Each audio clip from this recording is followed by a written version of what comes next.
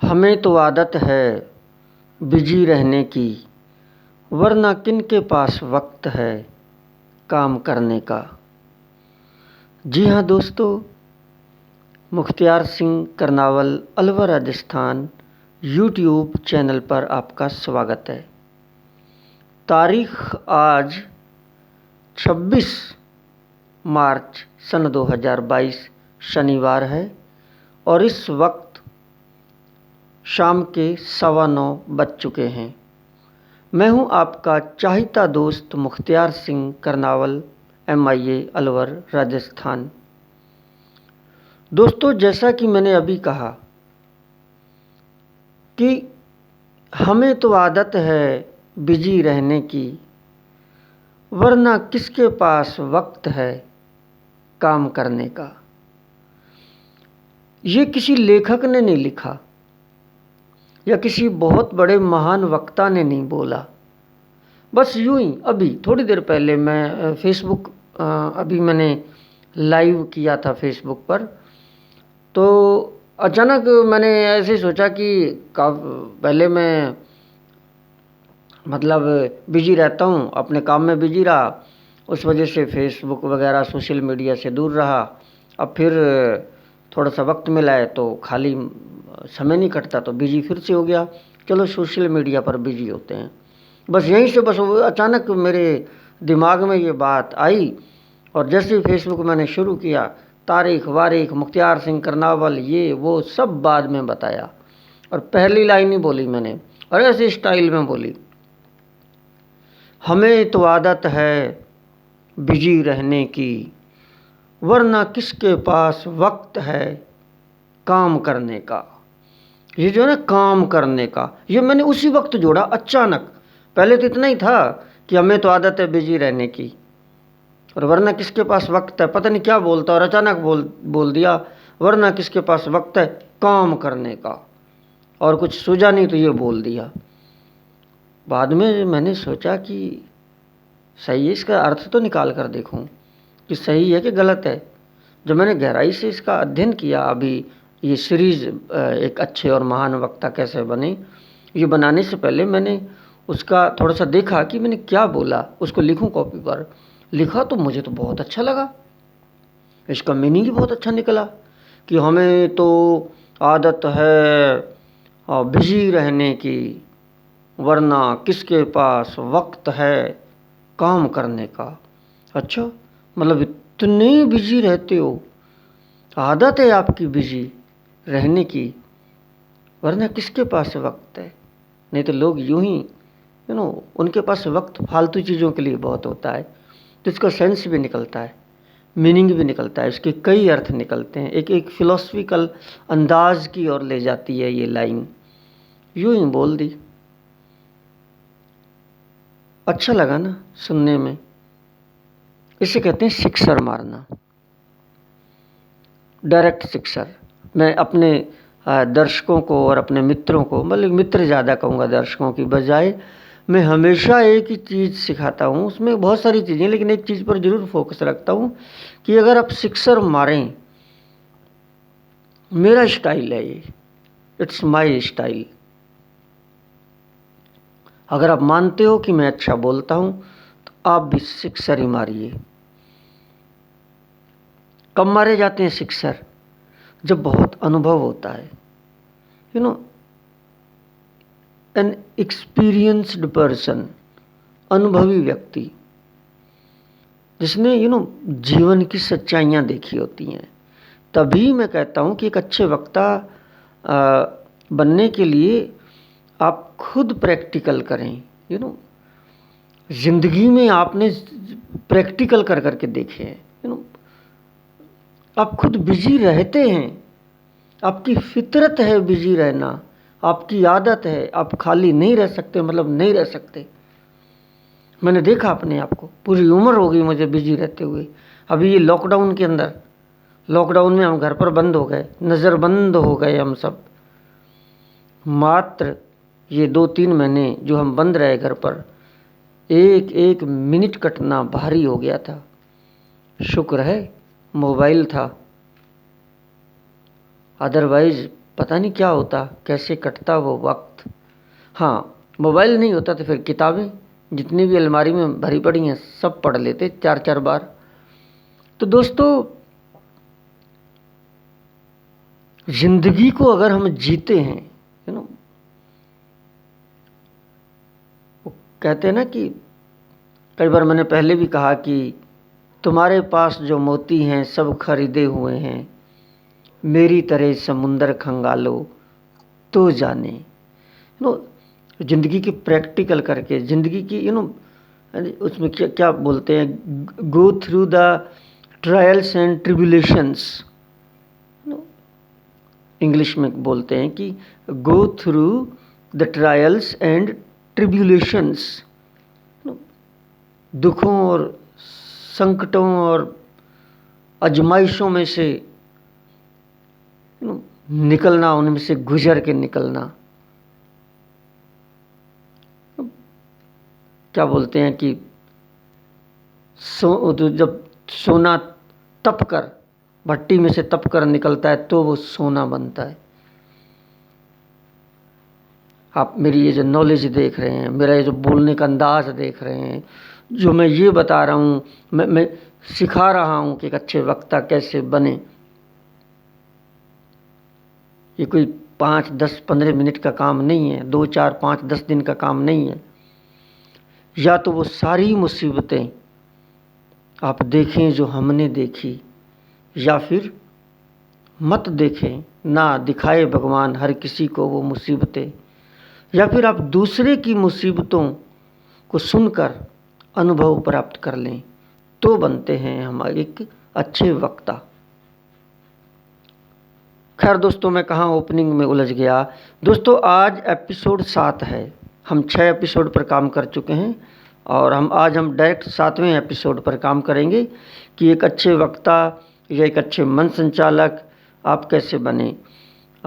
यदि आपको ये वीडियो अच्छी लगे तो प्लीज़ चैनल को सब्सक्राइब करें, लाइक, शेयर और कमेंट करें। It's okay. आगे बढ़ते हैं दोस्तों। एक तो हमने एपिसोड 6 में 24 मार्च 2022 को ये बात करी थी कि हमें भाषा का चुनाव कैसे करना है।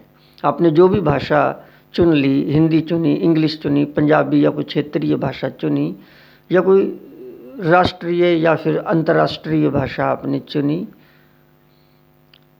मेन जो है स्पीच आपका वो तो 70% तो उसी लैंग्वेज में रहेगा।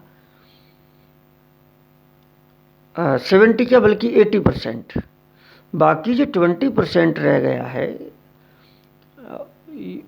20, 25, चलो 30 मान लो, इसको आपको थोड़ी थोड़ी अन्य भाषाओं में बांटना है।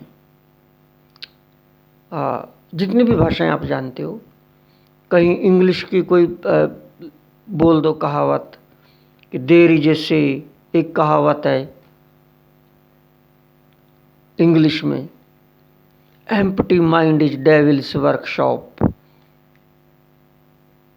खाली दिमाग शैतान का घर। ये हमारे ऐसे नेता हैं जो कभी खाली नहीं रहते, ये हमारे ऐसे बिजनेसमैन हैं, इन सर की तारीफ करूं मैं क्या। आज इस उम्र में भी दिन रात काम करते हैं, तो ही इन्होंने ऐसा पाया है। ऐसे इसको जोड़ दो, उसी कहावत को उस टॉपिक से जोड़ दो जो चल रहा है। तो अपने इंग्लिश, पंजाबी है तो पंजाबी में कहते हैं कि चक दे फट्टे, मतलब इस तरह का कोई ऐसा बोलें जो सामने जो बैठे सबको समझ आए, है ना, मतलब समझ जाएं। कई बहुत सारी हर भाषा के अंदर कुछ ऐसे डायलॉग्स, ऐसी स्टाइल्स होती हैं कि सब लोग समझ जाते हैं। वो कहते हैं ना राजस्थानी में कि थोथा चना बाजे गाना, मतलब इस अंदाज में बोलें कि मज़ा आ जाए और तालियां ही तालियां, गड़गड़ाहट गड़गड़ाहट। तो एक तो हमें भाषा का चुनाव करना है। 80% वही भाषा, 20% थोड़ी थोड़ी अलग अलग भाषाओं की कोई लाइनें या वर्ड्स या इंग्लिश के वर्ड्स, आप अंग्रेजी नहीं बोल सकते, लेकिन जैसे मैनेजमेंट, कम्युनिकेशन, कम्युनलाइजेशन, ऐसे वर्ड्स आप यूज़ करें और समृद्ध भाषा का आप प्रयोग करें। हम इस पर बात कर चुके हैं।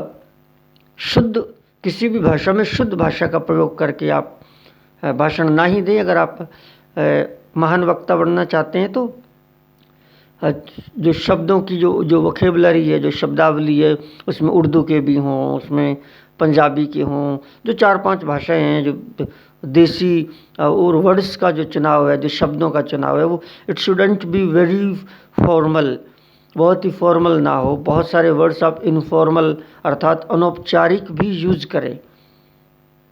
अब एक नई टेंशन हो जाएगी कि ये आप क्या समझा रहे हो। अब मैं जो ये समझा रहा हूँ ये थोड़ा ज़्यादा ऊपर जा रहा है। कई बार बोलते हैं ना कि ऊपर ऊपर जा रहा है, मतलब कुछ सामान्य आदमी अगर इस मेरी वीडियो को देखेगा तो उसे समझने में दिक्कत आएगी, क्योंकि फॉर्मल इनफॉर्मल। लेकिन मैं धीरे धीरे इसका भी समाधान करूँगा, डोंट यू वरी, आप चिंता मत करें। देसी भाषा, देशी भाषा के शब्दों का प्रयोग करें। आप जानते होंगे लालू प्रसाद यादव को, जो बिहार के मुख्यमंत्री रहे हैं। लालू प्रसाद यादव को भी एक मशहूर वक्ता माना जाता है। देसी भाषा में बोलते हैं, देसी में। उस देशी भाषा में बोलते बोलते, बिहारी भाषा में बोलते बोलते जब कोई इंग्लिश की लाइन बोलते हैं, आय हाय हाय हाय हाय, कितनी तालियां बजती हैं, कितना मज़ा आता है। और वो लाइन बोलने में कुछ गलतियां करते हैं और उस गलतियों पर भी लोग आनंद लेते हैं, मज़ा, तालियां, गड़गड़ाहट कि वाह, लालू प्रसाद यादव अंग्रेजी बोल रहे हैं। I am talking to you this, पता नहीं उस अंदाज में बोलते हैं कि दुनिया मर मर जाती है लालू प्रसाद यादव की अदाओं पर। तो वही मैं कहना चाहता हूँ दोस्तों कि धीरे कहूँ, कोई सुन ना ले, कि आप इसे बोलते हैं कलाबाजियाँ, भाषा की कलाबाजियाँ, बाजीगरियाँ, ऐसी बाजीगरियाँ, ऐसी कलाबाजियाँ हो आपके अंदर भाषा की कि पढ़े लिखे तो हिल जाएं, अनपढ़ हिल जाएं, बड़े बड़े विद्वान हिल जाएं आपको सुन के। होता है, it does happen, it does happen, ज़रूर होता है। बड़े बड़े वक्ता हिल जाते हैं, बुरा ना मानना, सच कह रहा हूँ। मुझे लोग ज़्यादा बोलने नहीं देते कि ज़्यादा बोलेगा तो इसका नाम चलेगा, लोग इसको पसंद करेंगे और हमारी मार्केट ख़राब हो जाएगी। इस वजह से लोग कई जगह पर मुझे बोलने नहीं देते। नहीं बोलता हूँ मैं, कोई फ़र्क नहीं पड़ता। मान सम्मान इन चीज़ों से हम बहुत ऊपर हैं, थैंक गॉड, शुक्र है भगवान का, thanks to my gurus, then है गुरुओं की। और बहुत अच्छा, आजकल तो सोशल मीडिया का ज़माना है कि हम यूट्यूब पर बोल रहे हैं, हम मोहताज नहीं है किसी के मंच के। कोई टाइम हमें दे ना दे, doesn't matter, it makes no difference, कोई फ़र्क ही नहीं पड़ता। दोस्तों, एक ज़माना था जब HMV कंपनी के अंदर रिकॉर्डिंग करने के लिए लोग तरसते थे, टी सीरीज़ कंपनी के अंदर रिकॉर्डिंग करवाने के लिए लोग तरसते थे, अपना ट्रैक या अपनी जो भी कला है। आज यूट्यूब ने एक ऐसा प्लेटफॉर्म दे दिया है कि आप अपनी कलाबाजियाँ दिखाइए, आप फेसबुक पर दिखाइए, यूट्यूब पर दिखाइए, सोशल मीडिया के किसी भी माध्यम से दिखाइए। तो इनका फ़ायदा उठाते हुए ये जो मैं सीरीज़ बना रहा हूँ, आज 7वां एपिसोड है दोस्तों। डेफिनेटली आपको बहुत ज़्यादा लाभ मिलने वाला है। अगर आप एक अच्छे वक्ता, अच्छे मंच संचालक बनना चाहते हैं, बस मुझे ऑब्ज़र्व कीजिए और भाषा की ऐसी कलाबाजियाँ दिखाइए, न लोगों को ये लगे कि बहुत ज़्यादा विद्वान है, न लोगों को ये लगे कि सड़क साफ है, लोगों को ये लगे कि ये मैं हूँ, नहीं समझे? बड़ा फिलोसफिकल अंदाज हो जाता है कभी कभी मेरा भी। जो ऑडियंस आपको सुन रहे हैं, जो दर्शक आपको देख रहे हैं और सुन रहे हैं, जो श्रोता आपको सुन रहे हैं आपका भाषण, हर श्रोता को ये लगे कि ये मैं हूं। मतलब वो ये माने कि वो खुद बोल रहा है। उसे ऐसा ना लगे कि आप बहुत ज़्यादा पढ़े लिखे हो, ऐसी भाषा बोल रहे हो कि उनसे बात नहीं कर पाओगे, या उसे ऐसा ना लगे कि आप तो कुछ नहीं जानते, सड़क साफ हो। उसे लगे कि ये मेरे लेवल का आदमी है। हाँ, क्योंकि आपने उसके लेवल के अनुसार शब्दावली अपने भाषण में यूज़ की है। ऐसी वोकेबुलरी, ऐसे वर्ड्स, ऐसे वाक्य, ऐसे सेंटेंसेज आपने यूज़ किए हैं। पढ़े लिखे को लगे मेरे जैसा है, अनपढ़ को लगे मेरे जैसा है ना। हर कैटेगरी के इंसान बैठे होते हैं, फिलोसफर बैठे होते हैं, शायर बैठे होते हैं, सबको लगे मेरे जैसा है। You should be like this a versatile personality। आपको इस तरह से एक बहुमुखी प्रतिभा का धनी होना पड़ेगा एक अच्छे और महान वक्ता बनने के लिए। दोस्तों, ये हम बात कर रहे हैं कि हम भाषा का चुनाव कैसे करें। इसके साथ एक आज और हम चीज़ जोड़ना चाहेंगे, और वो ये है कि माइक को कैसे पकड़ें। कई बार मैं नोटिस करता हूँ कि कईयों को बोलने का जब मौका दिया जाता है, उन्हें माइक पकड़ना ही नहीं आता। बोल तो रहे हैं but they don't know how to hold the mike. कभी तो बिल्कुल पास लगा देते हैं, भूम भूम भूम आवाज़ आती है, कभी दूर बहुत ज़्यादा नीचे कर देते हैं। लोग आते हैं, उधर से जनता उठती है, यहाँ से हाथ पकड़ के उसका माइक ऊपर कर देती है, वो फिर नीचे कर देता है। माइक ऊपर कर देते हैं, वो फिर नीचे कर देता है। ज़्यादा ऊपर कर दिया तो साउंड मतलब बास बहुत ज़्यादा आना लग जाएगा, बास मतलब धमक सी आने लग जाएगी। तो लोग माइक पकड़ना नहीं जानते, अच्छे वक्ता माइक पकड़ना नहीं जानते। खैर, अच्छे वक्ता जो आगे सक्सेसफुल हो जाते हैं वो तो जानते हैं, लेकिन जिनको इतना ज़्यादा वो मंच का प्रैक्टिस नहीं है, वैसे ज्ञानी ध्यानी हैं वो लोग, लेकिन वो माइक पकड़ना नहीं जानते। कई बार जनता उठ के माइक को सही करती है, कई बार नहीं भी करती, तो मरने दे। आपको माइक पकड़ना आना चाहिए। माइक आप इस तरह से दूरी करीब 4 अंगुली, ये देखो ये,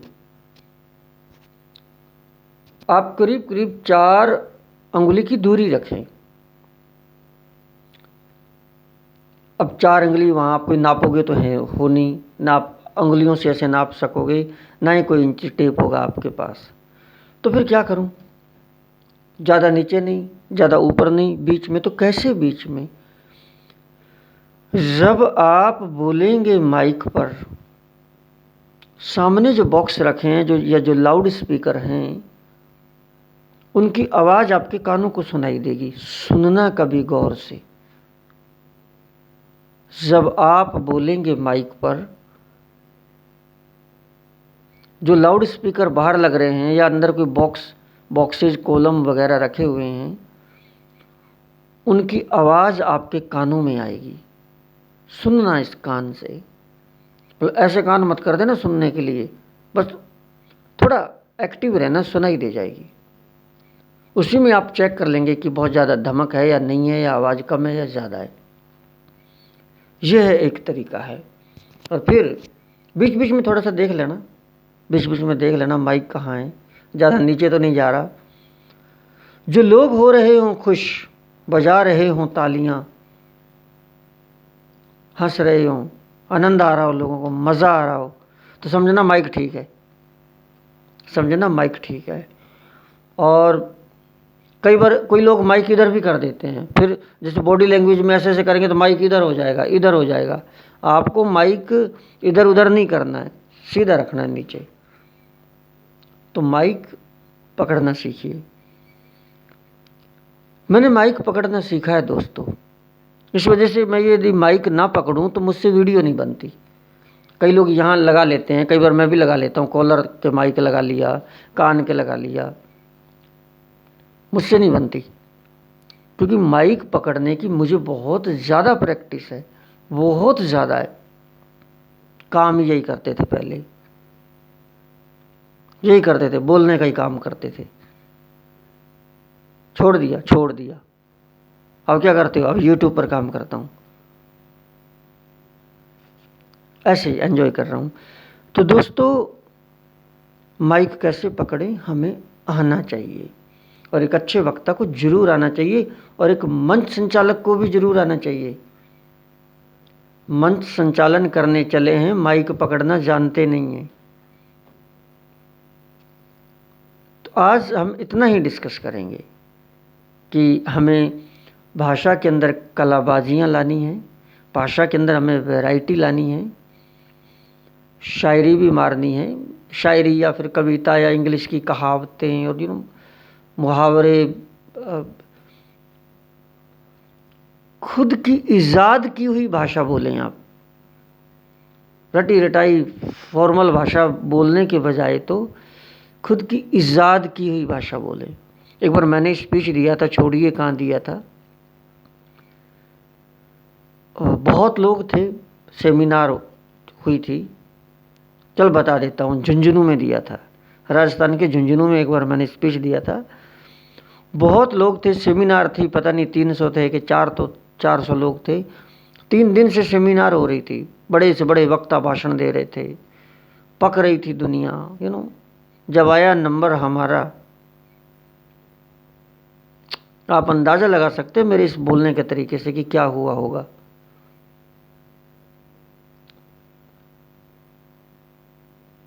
वहाँ जो भाषण हुआ शॉर्ट एंड स्वीट था, तालियां और जय बोलने लग गई थी। वो छोड़िए उस बात को, भाषण ज़बरदस्त था। वो कलाबाजियाँ जो मैं आपको बता रहा हूँ सब डाल दी उसमें। जो लोग ऊँघ रहे थे वो जाग गए, जो सो रहे थे वो जाग गए, लोग सीधे हो गए, जो लोग थके पड़े थे सुन रहे थे वो सब एकदम एक्टिव हो गए। लोगों ने भी देखा, यार ये कौन आ गया, अलवर का है, अलवर वाला, अलवर वाला, अलवर वाला, अलवर वाला, चर्चे आम हो गए। मुझे खांसी थी, आई हैड कफ। तो जब वो प्रोग्राम चल रहा था ना, तो मेरे को, मैं खांस रहा था थोड़ा थोड़ा हल्का हल्का से। तो मेरे पीछे एक बहुत सीनियर सिटीजन, बहुत सम्मानित व्यक्ति बैठे थे, बहुत बड़े कोई अध्यक्ष थे। तो मुझे उन्होंने 2 बार कहा, सर आपका गला ख़राब है, आपको खांसी हो रही है, अभी जब थोड़ा रिफ़्रेशमेंट होगा, मतलब चाय पानी होगा, तो दवाई मिलेगी, आप वहाँ से दवाई ले लेना, आप सिरप ले लेना, सिरप ले लेना आपको दवाई पीने के लिए। मैंने कहा ठीक है, ले लूँगा। जब मेरा नंबर आया भाषण देने का, जब मैंने भाषण दिया, बजी तालियां धूम धड़ाके से। जब आकर बैठा सीट पर, तो मुझे उन्होंने पीछे ऐसे हाथ लगा के कहा, अब आपको सिरप लेने की ज़रूरत नहीं है, आपको सिरप लेने की ज़रूरत नहीं है, अब दवाई लेने की ज़रूरत नहीं है, ठीक हो आप। ऐसे ही दोस्तों, उन्हीं में से एक आदमी ने कहा था कि हम तो लिख लिख के, याद कर कर के दिमाग ख़राब हो जाता है हमारा, कि क्या बोलें, पन्ने भर देते हैं हम, और वहाँ माइक पकड़ते ही सब ठुस हो जाता है। एक सज्जन ने कहा, आपने ना लिखा ना कुछ किया, यूं यूं यूं। पढ़े लिखे थे, विद्वान थे, उन्हें क्या पता ये पढ़ा लिखा है। हाँ, चला भी पता, क्योंकि मैंने कुछ लाइनें इंग्लिश की भी बोली थी। तो ये एक बहुत बड़ी साइकोलॉजी है। आप सामने वाले को पढ़ें, जैसी जनता है आपके सामने उसी के अनुसार बोलें आप। और अच्छा, उन्होंने बहुत कमेंट कहा कि आप और एक बात उन्होंने और कही कि हमेशा ही आप ऐसे बोला करो। कुछ और साथी थे जिन्होंने मुझे ये कहा कि आपके भाषण से ऐसा लगा कि जैसे आप सच बोल रहे हो। बहुत अच्छी बात थी। आज भी यहाँ तक यहाँ छपी हुई है, यहाँ दिल में। बहुत सारे दोस्तों ने कहा कि मैंने कहा ऐसा क्या था मेरे भाषण में? बोलो वो सारी चीज़ें ठीक है, लेकिन आपको सुन के ऐसा लगा कि आप सच बोल रहे हो, सच। तो मैंने कहा वो सारे झूठ बोल रहे थे क्या? जो 300 आदमी 3 दिन से बोल रहे हैं वो सारे झूठ बोल रहे थे क्या? बोले नहीं, वो सच बोल रहे थे। तो फिर मैंने कहा मैं भी तो सच ही बोल रहा था। बोले नहीं नहीं नहीं, नहीं, आपकी अलग ही बात थी। बहुत सारे कमेंट्स मिले थे, मतलब मोबाइल पर नहीं, लाइव लोगों ने बताए थे। लोगों ने कहा कि आपके भाषण को सुनकर ऐसा लगा आप बहुत पढ़े लिखे हो। किसी ने कहा आपके भाषण को ऐसे सुन के लगा जैसे कि आप हमारे जैसे हो। किसी ने कहा आपके भाषण को सुन के ऐसे लगा कि आप शायर हो। शायर हो क्या? मैंने कहा ना, मैं तो शायर नहीं हूँ। बोला नहीं, आपके बीच बीच में मुझे लगा ऐसे, मुझे पता था वो क्या कह रहा है। कुछ शायरी स्टाइल मारी थी। किसी ने कहा अलवर के नहीं हो आप, you are not from Alwar. Alwar में मैं इतने साल रहा हूँ, उसको जानता हूँ, फलाने को जानता हूँ, ढेंकड़े को जानता हूँ। अलवर का आदमी ऐसा नहीं हो सकता। मैंने कहा मैं अलवर का हूँ, आधार कार्ड दिखाऊं? अलवर का ही हूँ, पैदाइश अलवर में, और अलवर के एक गाँव का हूँ, सांखला गाँव, MIA में सांखला गाँव है मेरा, गाँव का हूँ मैं। मैंने कहा अलवरी भाषा बोलकर सुनाऊं, मेवाती सुनाऊं? मेवाती सुनाई, अलवर की भाषा सुनाई बोल के, तब उसे यकीन हुआ कि मैं अलवर का हूँ। ऐसी कला हो आपके अंदर कि लोग मान जाएं आपको। तो दोस्तों ये था एपिसोड 7। तारीख आज 27 27 एक जो भी है, स्लिप्ड बाय माइंड।